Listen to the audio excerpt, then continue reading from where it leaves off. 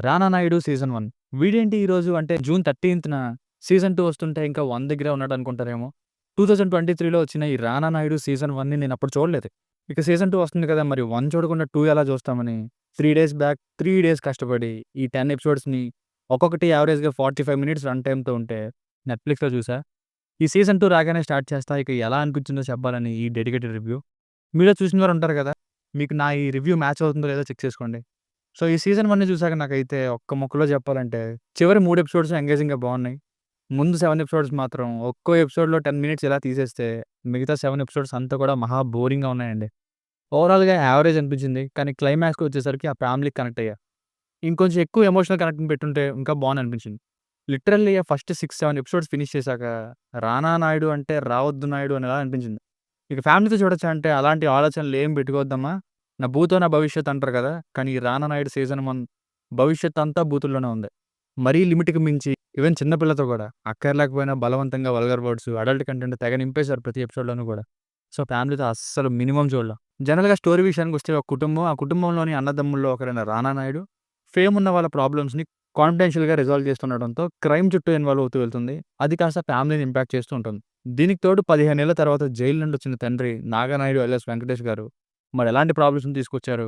అసలు జైల్‌లో 15 ఏళ్ళు ఎందుకున్నారు? చివరికి ఈ ఫ్యామిలీ సంగతి ఏమైంది అన్నది స్టోరీ.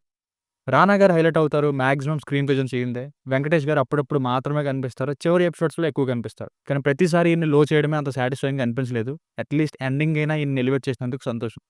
ఇంకా రానా వైఫ్ రోలు, పిల్లలు, ఈ అన్నదమ్ముళ్ళు, రానా టీము, మెయిన్‌గా రానా గారి పెదనాన్న అయిన సూర్య గారి రోలు, లిమిటెడ్ క్యారెక్టర్స్‌ని ఆయన భలే ఉన్నాయి క్యారెక్టరైజేషన్స్. కానీ కొన్ని అసలు ఎందుకున్నాయో తెలీదు. మేబీ వైఫ్ మిస్‌అండర్‌స్టాండింగ్ కోసమే పెట్టారేమో. లైక్ తన కీప్ మీద కన్నేసి ఉంచమని అతను, రానాని వశపరుచుకోవడానికి చూసే అమ్మాయి. ఇలా కొన్ని అసలు ఆ రోల్స్‌ని పీకేస్తే సగం అన్నెసెసరీ సీన్స్ పోతాయి. అసలు నాగా ఎలా జైలుకి వెళ్ళాడు? ఎందుకని అలా చేశారని 2 గంటలు, మహా అయితే 3 గంటల్లో చెప్పేసే స్టోరీని ఇద్దరు మాట్లాడుకునే కాన్వర్సేషన్స్‌ని గూడా గంటల తరబడి తీశారు మొదటి 7 ఎపిసోడ్స్‌లో. చివరి ఎపిసోడ్స్ బావున్నాయంటే అక్కడ కూడా పెద్ద స్టోరీ ఏముండదు. జస్ట్ సస్పెన్స్ అంతే. అలా తీసినా ఎంగేజింగ్‌గా ఉండేది. కంటెంట్‌లో అడల్ట్ కంటెంట్‌లా లేదు. అడల్ట్ కంటెంట్ మధ్యలో మెయిన్ కంటెంట్ తగ్గినట్టుంది. ఎంగేజింగ్ కంటెంట్ లిమిటెడ్‌గానే ఉంది. బీజీఎం పర్లేదు. సినిమాటోగ్రఫీ చాలా బావుంది. Rich interior and exterior locations. ఇక ఎపిసోడ్ వైస్ రివ్యూని చూస్తే మీకు ఎగ్జాక్ట్‌గా ఐడియాలజీ మ్యాచ్ అవ్వచ్చు. ఎపిసోడ్ 1 58 మినిట్స్ ఉంటుంది. మంచిగా స్టార్ట్ అవుతుంది. మెల్లగా స్లో అవుతూ మెయిన్ క్యారెక్టర్స్ అన్నీ ఇంట్రొడ్యూస్ అవుతాయి. ఇంట్రెస్టింగ్‌గానే ఉంది. తండ్రి కొడుకుల గొడవ ఏంటా అని. రానా గారు బా షైన్ అవుతారు. ఎపిసోడ్ 2 48 మినిట్స్ ఉంటుంది. ఈ ఎపిసోడ్ దెబ్బకి ఇంకో 8 ఎపిసోడ్స్ ఎలా భరించాలని భయమేసేలా చేసింది. ప్రోగ్రెస్ అంతా మాటల్లోనే తేల్చేస్తున్నారు డీటెయిలింగ్ ఏమి ఇవ్వకుండా. ఎపిసోడ్ 3 48 మినిట్స్ ఉంటుంది. ఇది కొంచెం పర్లేదు ఎంగేజింగ్‌గానే ఉంది. లాస్ట్‌కి అన్నీ కనెక్ట్ అయ్యి నెక్స్ట్ ఎపిసోడ్‌కి లీడ్‌నిచ్చింది.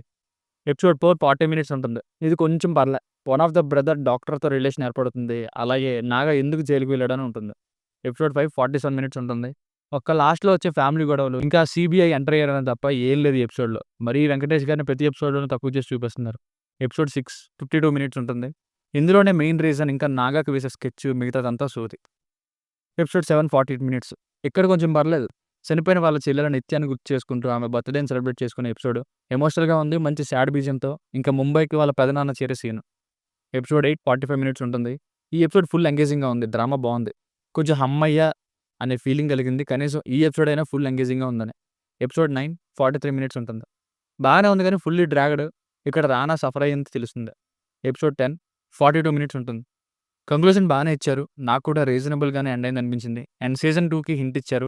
నాగానాయుడు మళ్ళీ త్వరలోనే రావచ్చు అని చెప్తూ ఎండ్ చేశాడు. అండ్ ఈరోజు 12:30కి నెట్‌ఫ్లిక్స్‌లో సీజన్ 2 జూన్ 13న. సో, ఫైనల్‌గా సీరీస్‌కి వర్డిక్ట్ ఏంటంటే చివరి 3 ఎపిసోడ్స్ బావున్నాయి. అక్కడికి రావాలంటే మాత్రం స్లోగా, డల్‌గా ఉండే మొదటి 7 ఎపిసోడ్లు దాటుకొని రావాలి.